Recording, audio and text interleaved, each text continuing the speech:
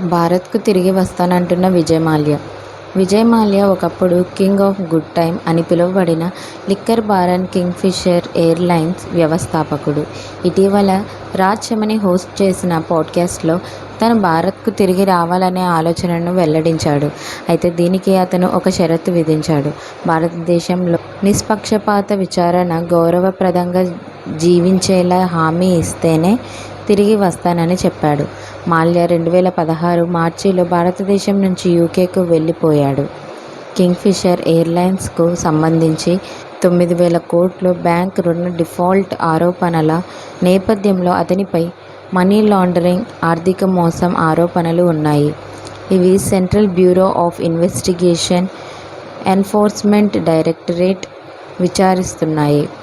రాజ్ చమని 4 గంటల పాడ్కాస్ట్లో మాల్యా తనను ఫ్యూజిటివ్ అని పిలవడానికి సమర్థించాడు, కానీ చోర్ అనే ముద్రను తిరస్కరించాడు. నేను పారిపోలేదు. ముందుగా నిర్ణయించిన షెడ్యూల్ ప్రకారం యూకేకు వెళ్లాను. తిరిగి రాకపోవడానికి కారణాలు ఉన్నాయి. నిష్పక్ష విచారణ హామీ ఇస్తే తిరిగి రావడానికి ఆలోచిస్తానని చెప్పాడు. భారతదేశంలోని జైలు పరిస్థితులు మానవ హక్కుల ఉల్లంఘనకు గురిచేస్తాయన్నాడు.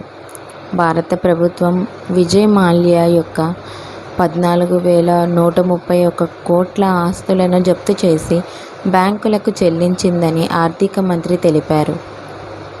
అయినప్పటికీ మాల్యా ఇంకా 11,101 కోట్ల రుణం బాకీ ఉందని బ్యాంకులు పేర్కొన్నాయి. మాల్యా ప్రస్తుతం లండన్లో నివసిస్తున్నాడు. ఎక్స్ట్రాడిషన్కు వ్యతిరేకంగా చట్టపరమైన పోరాటం కొనసాగిస్తున్నాడు. అక్టోబర్లో విచారణ జరగనుంది. భారత ప్రభుత్వం సిబిఐ, ఈడీ, ఎన్ఐఏ టీంల ద్వారా ఎక్స్ట్రాడిషన్ను వేగవంతం చేయడానికి యూకేతో చర్చలు జరుపుతోంది.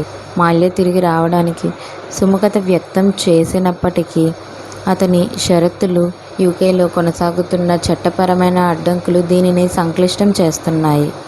మీకు మా వీడియోస్ కనుక నచ్చినట్లయితే ఇలాంటి మరెన్నో విషయాలు తెలుసుకోవాలనుకుంటే డూ సబ్స్క్రైబ్ టు సమాజం ముచ్చట్లు.